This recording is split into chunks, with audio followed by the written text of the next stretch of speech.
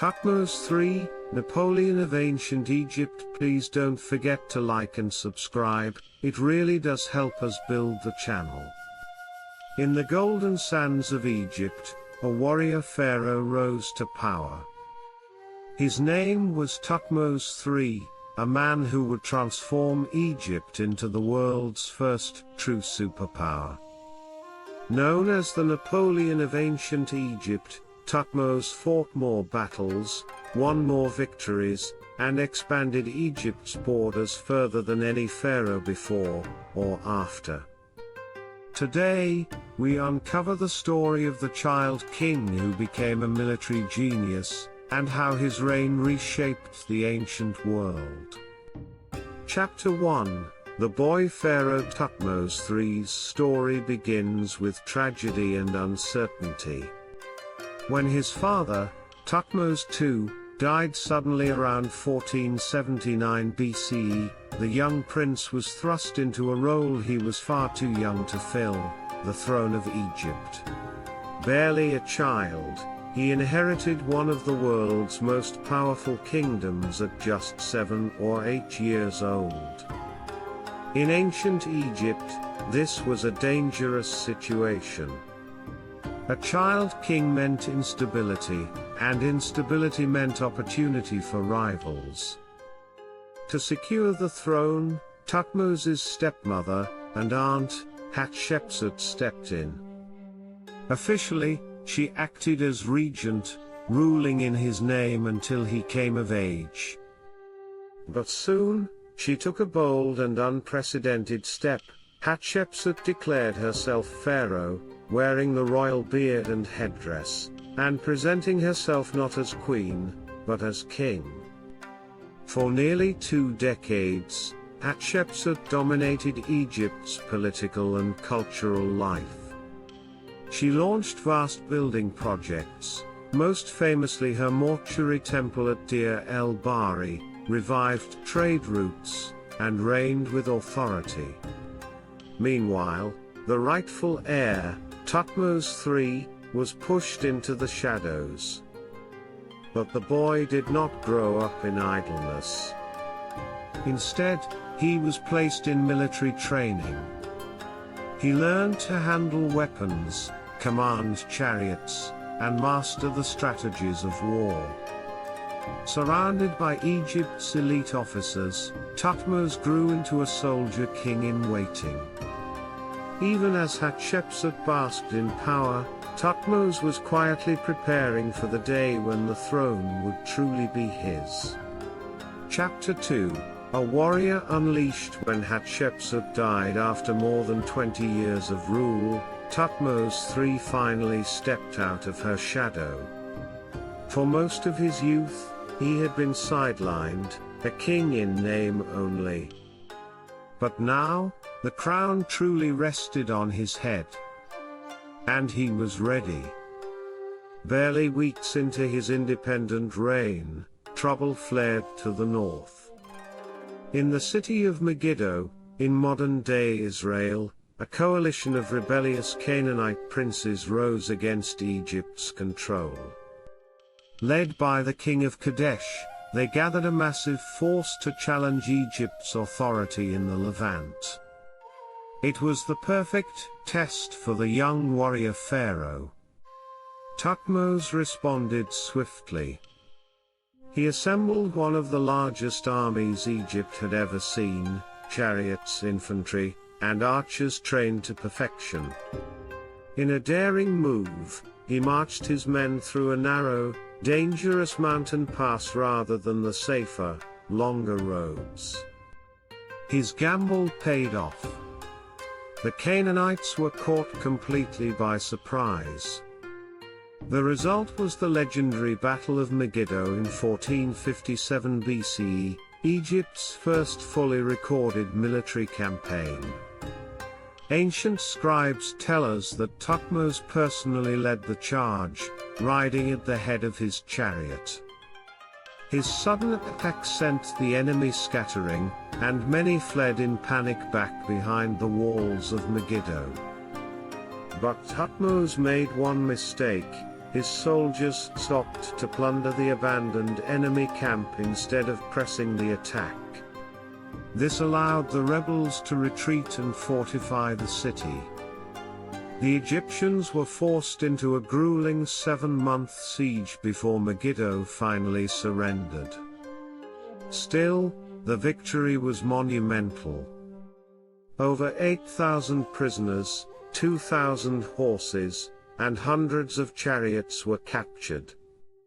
Egypt reasserted its dominance over Canaan, and Thutmose III earned his place as a commander to be feared. And this was just the beginning. The young pharaoh would go on to lead 17 campaigns in 20 years, pushing Egypt's influence further than any pharaoh before him. His empire would soon stretch from the banks of the Euphrates in modern Syria to the cataracts of Nubia in the south. Chapter 3: The Tactics of a Pharaoh. What set Thutmose III apart from other pharaohs was not just his courage, it was his mind. He wasn't a reckless warrior, charging blindly into battle.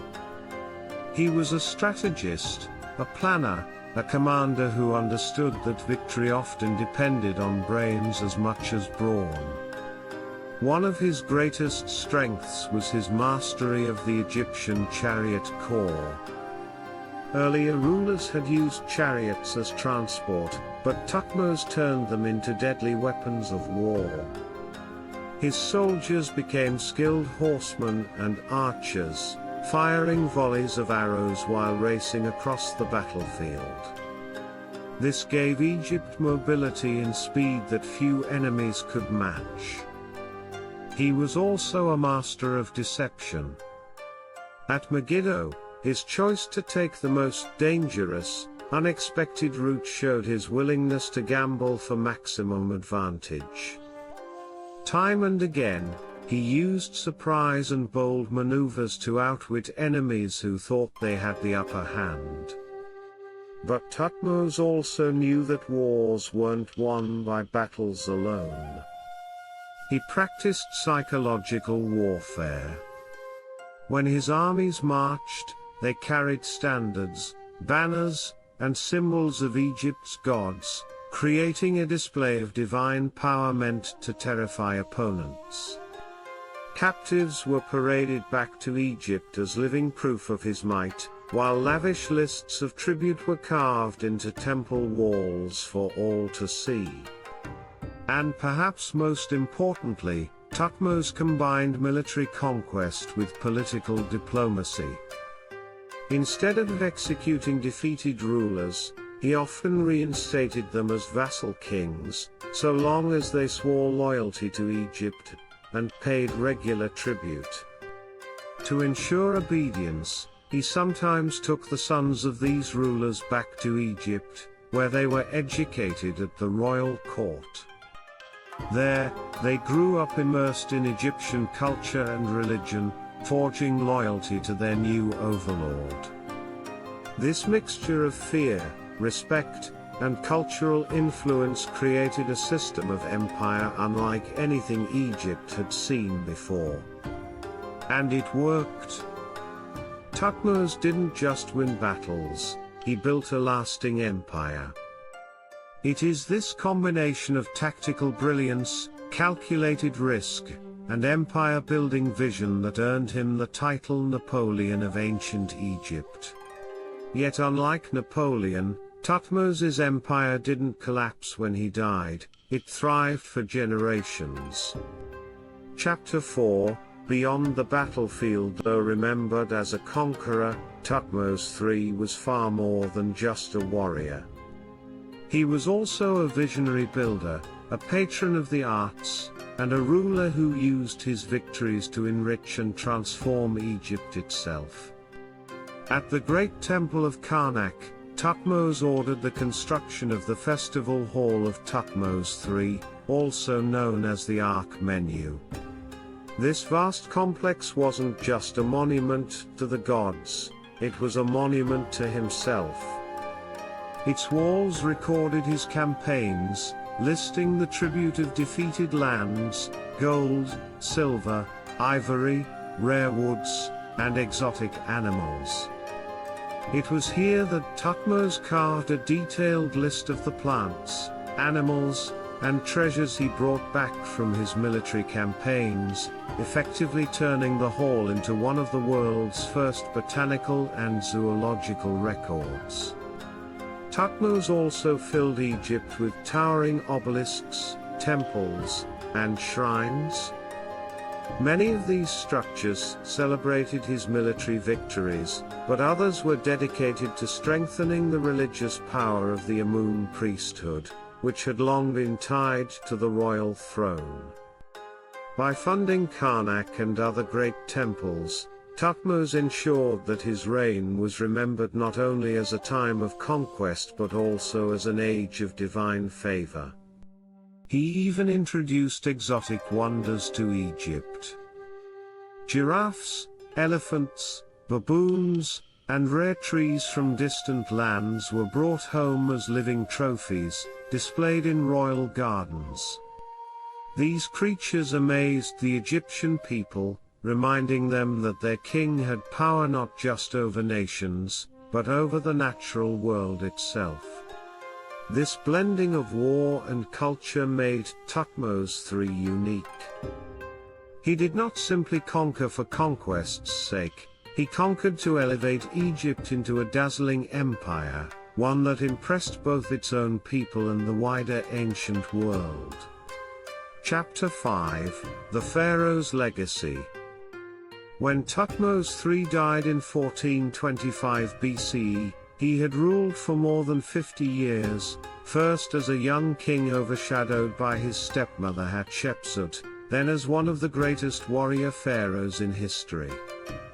His reign left an indelible mark on Egypt, one that would echo for centuries. Under Thutmose, Egypt reached the greatest territorial extent in its long history.